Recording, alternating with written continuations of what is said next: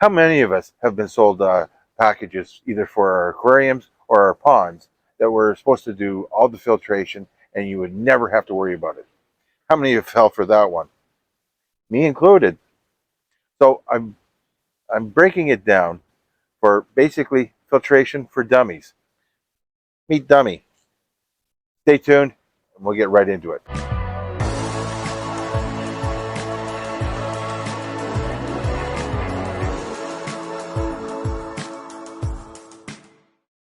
Welcome back to Stubbs Aquatics.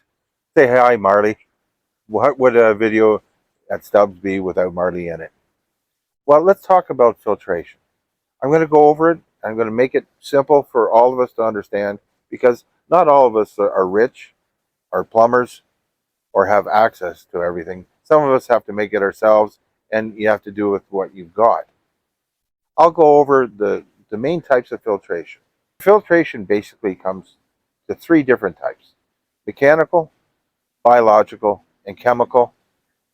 And I like to add one more in there, and that's natural, being a bog or plant filtration. Many of us in the pond will use a veggie or bog filter, or in aquariums, uh, strictly like my friend Patty from Patty's Aquatics uses nothing but plants to filter his. He doesn't oxygenate the water. He doesn't filter the water. He lets plants do everything. But we'll get into that in a bit. First, look at mechanical filtration. Mechanical filtration, basically simple, is anything like a sponge or a cartridge that is able to capture debris, fish waste, excess fish food, or other detritus from your either pond or your aquarium. Now, mechanical filtration is very important, especially if you like your water nice and sparkly clean. I know I do, so all my ponds and aquariums will have mechanical filtration. They're simple to make. Everyone's had a sponge filter. Well, you've got a mechanical filter right there. Now, people will say, well, that's also biological filtration. That's also true because nitrifying bacteria can live in a sponge filter. While we're talking about it, biological filtration is basically any filtration where water is able to pass through it basically freely, like K1 or any other porous material that water will pass through and the bacteria can live in, survive, and start consuming some of that waste to help with the nitrogen cycle. It's quite simple. Everything has to be broken down, and it's like the circle of life. And without it, your fish will die. You'll get spikes of ammonia and nitrogen, and well, it'll become toxic. Think of your aquarium or your pond as like flying in an airplane. If anyone's done it, the air is stale. Well, can you imagine being in there for weeks and weeks on that same airplane with no new air being brought in? Well, that's what we're asking our fish to do. So without us cleaning and scrubbing, in this case, the water, uh, your fish are going to, they're going to die. So let's look at what I have and how I'm using it. Now, remember when I said not all of us are rich, and me included. You know, I'm on a pension now. I'm retired. I don't have the funds to go buy, huge drum filters or Nexus. I mean, there's thousands upon thousands. And, I'm not knocking anyone who's got one. Heck, I would take one if I had one. I do use an Easy Pod. It's a pretty simple device, and I'll show it to you right now. Remember how I said it was easy? Well, as long as you're paying attention and don't walk away from it when you're filling it up. What a mess. Water is either gravity fed or pumped up into the Nexus, and then it passes through the K1. In order to clean the K1, which is the plastic material, you have to put air through it, much like this, and it bubbles through. You can see some of the fish waste go through. It's discharged. You can see that, well, it's not too bad, but then again, it's gone through its second cycle of being washed. In this case, the Easy Pod is then drained and then refilled before it's allowed to go back out into the pond. Now, if you remember when I first started this video, I talked about being sold an idea of having a skimmer, and that's all you're going to need. Well, most skimmers are a lot smaller than this one, have one filter pad, and then it's pumped up into your waterfalls, and that's supposed to do a pond of 5,000 gallons. Well, guess what? That's not going to do it. Not even come close. All the water from that's drawn into the skimmer goes into a pool filter or a pond filter, whatever you want to call it. In this case, I got this for nothing. It was free. Someone was getting rid of it. It was a pool filter. I converted it into a pond filter and put K1 in it. After it goes through that and it's done the biological, it's gone into what people call a box filter. In the box filter is contained all kinds of mechanical pads that will help clean the water, take out further debris before it goes into what I call a bog filter. This is extremely important, as this acts like nature's cleaning device. It cleans the water, takes all the nutrients out of it, or as much as it can, before it goes back into your pond. And then you have clean water in your pond, which your fish are nice and healthy. Got clear water. I don't use a UV system. Many people do. What a UV system is, it's that ultraviolet, and it can kill bacteria. And what it also does is it breaks down algae, so your mechanical filtration can pick it up. Is basically what it does.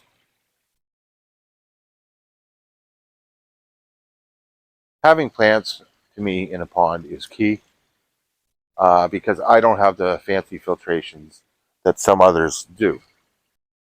In this case, I've combined an Oase box filter and put it to a second box filter. This is all mechanical. They're all full of sponges.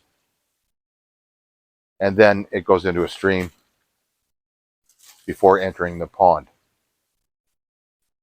It goes in pretty clean. There are water plants in here. Any excess water is pumped up and gone into a bog filter. Yes, another bog filter. It's really key in keeping clean, clear water. Some of you might ask, well, with all that mechanical filtration out in the ponds, isn't that labor intensive? Well, I actually only clean those mechanical pads about 4 times a year. And I'll take them to, well, the car wash, and I'll pressure wash them. It takes me minutes, saves me back breaking over them for hours and hours. And I only have to do it twice in the spring, once in the summer, and once near the fall. And that's it. I mean, why make life difficult? Mechanical, it's going to work better once it's cycled. Bacteria is going to attach itself, along with other things such as worms. Midge larvae are going to live in it. They're going to eat the detritus or poop, and everything's going to work out great. This 15,000 gallon pond first started out at about 7,000 gallons with only a box filter and a skimmer that was sold to me originally. Obviously, I had to add more mechanical, biological, and bog filtration. I just wish I was a little handier like my friends Vince at Twisted Koi and Ken at My Koi Obsession. You might be saying, well, okay, that's great, Chris. You've got some box filters that you've bought and or have been given, and but I only have this small filter and I can't afford another one. Well, here's another solution. In this case, I've taken an old tote, taken a milk crate, taken some mechanical sponges, and because I love them so much, some scrubby pads, and made basically a poor man's version, of a trickle tower with only a couple items that were around the house anyways. The water comes out crystal clear, and my Shabumpkins, well, they love that clear water, and I like the fact that it's easy. I'm not overly mechanically inclined, definitely not a plumber. This was easy to do. A matter of drilling a hole, piling some stuff up, having a second porthole just in case it leaks. As you can see, it's dripping near the mid-level, just for safety reasons, so it doesn't overflow, and you're hanging it over. It's as simple as that. I don't know if you recall back when I did a DIY filter, and this is why I call it Filtration for Dummies. Case in point, me. Remember my scrubby pads? Well, this is what they all look like. My pump wasn't strong enough to clean them properly, and look at them. They're nasty. When I opened that pool filter, I almost died. The smell, well, it would knock a buzzard off a shit wagon. It stunk. I won't be doing that again, but I will be using scrubby pads in my aquariums downstairs and for that filter I just showed you. They're great. They're easy to wash unless you get them so caked like this. Then it's a bit of a nightmare. One of the true benefits of having a pool or a pond filter like this is you can backwash.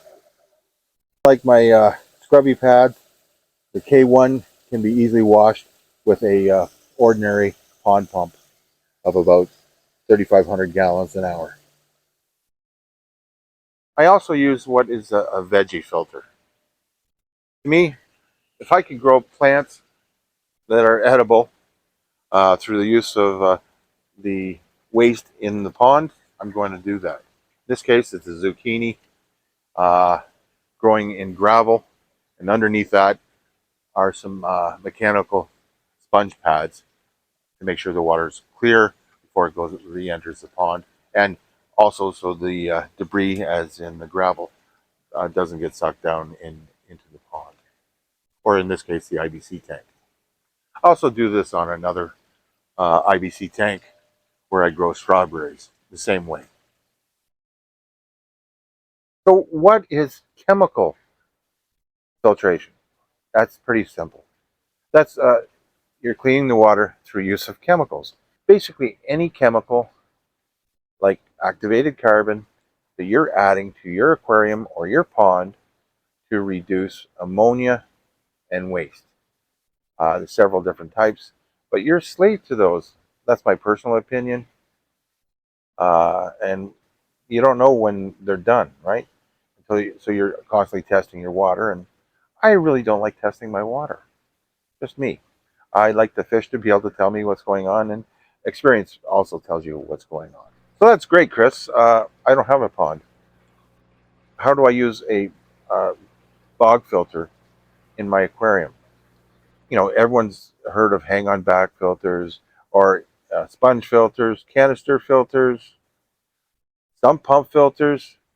Uh, yep, we've all had those, but I'll show you how simple a bog filter can be made for your aquarium. Back in the fish room now, I'm going to show you what I would classify as a bog filter. Not as cool as what DKF just put out about him actually pumping water up and through a bog system, which I thought was outstanding. If you haven't already seen it, make sure you go hit that one up because it's really interesting. I basically grow plants that you would normally not see in an aquarium. In this case, in sponges just below the water line. Now, these are all tropical plants in no soil, and what they do is they'll clean the nutrients out of my aquarium. There's all kinds of different types of plants you can put in here that, you know, other than your normal pothos. Like in this tank, for example, I've got ivy. I've got what I call the wandering plant. Like my friend Gil from Gil's Fish Room. I've got palm trees. I've got, yes, I do have some pothos growing out of there, along with some peace lily. And they all are just below the water line. I actually pump some air into it just to help the root systems get going a little bit more.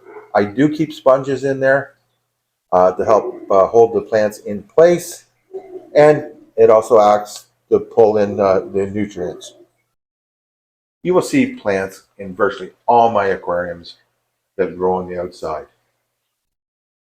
It really helps with the quality of my water and definitely the clarity of it, as you can see.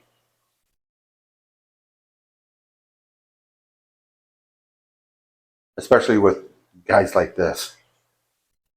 And the more plants I can grow up there, the better. So does that mean having an extra light? Yeah. That light I was using for the aquarium anyways. I've just raised one a little higher than the other. Pretty simple. Doesn't take a rocket scientist. And the roots grow rather well. Again, you'll see I've got some Ledwigia and some Bacopa that you see the roots of. Other than behind that, I've got those boxes again, which have the roots in them. They don't go all throughout your aquarium that way. Just that's the way I like to do it. And the real benefit of having these plants throughout your aquarium is, one, I think it looks cool. Two, it actually helps purify not just your water, but the air in your fish room. So if that can help remove any fishy smell, the more the better, right? Because the last thing you want is your significant other going, it really stinks in your fish room. What can you do about it? Well, have more plants in it. To me, that's your bog filtration inside an aquarium.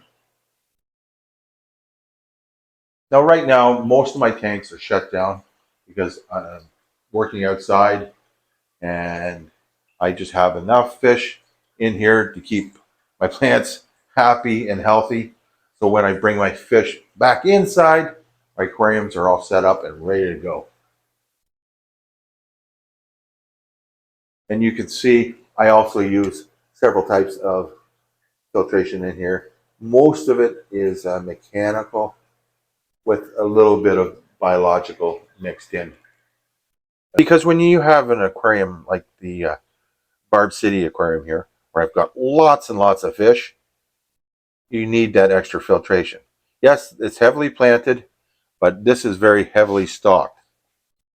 So filtration is key. The plants, mechanical, biological. Again, I do not have chemical simply because, well, it's not something I want to use. I'm not knocking it if you use it. I don't have canister filters in my aquariums. I've had bad luck with canister or pressure filters outside in my ponds. So I really didn't want to take the chance inside and flood my house. I do love this tank. It is one busy, barb-filled aquarium. I really hope this helped with some of you who are struggling with filtration, both in your aquarium and in your ponds. I think it is a shame when pond dealers sell you your dream package pond, give you a small waterfalls filter, which has one pad, and a skimmer box, which has another pad, and tell you that's going to do a pond of 5,000 gallons. Hate to break it to you, it's not. Some of my friends have learned that the hard way, unfortunately, but you can always add on, and that's what I've done. I started out the same way, so live and learn. This is why I called it Filtration for Dummies, because, well, I'm part of the club. Speaking of clubs, if you want to join the Stubbs Club, hit that join button that's on your screen. It costs you as little as 99 cents. What that does is help me to make better videos for you. I want to upgrade the cameras, so it's a little bit better quality, and same with the audio. Remember to hit that like button. Think about subscribing, as I am trying to hit that goal of 3,000 subscribers by summer, and hit that notification bell so you don't miss any upcoming videos. Again, thanks for watching. See you real soon. Remember, keep on keeping on. Bye for now.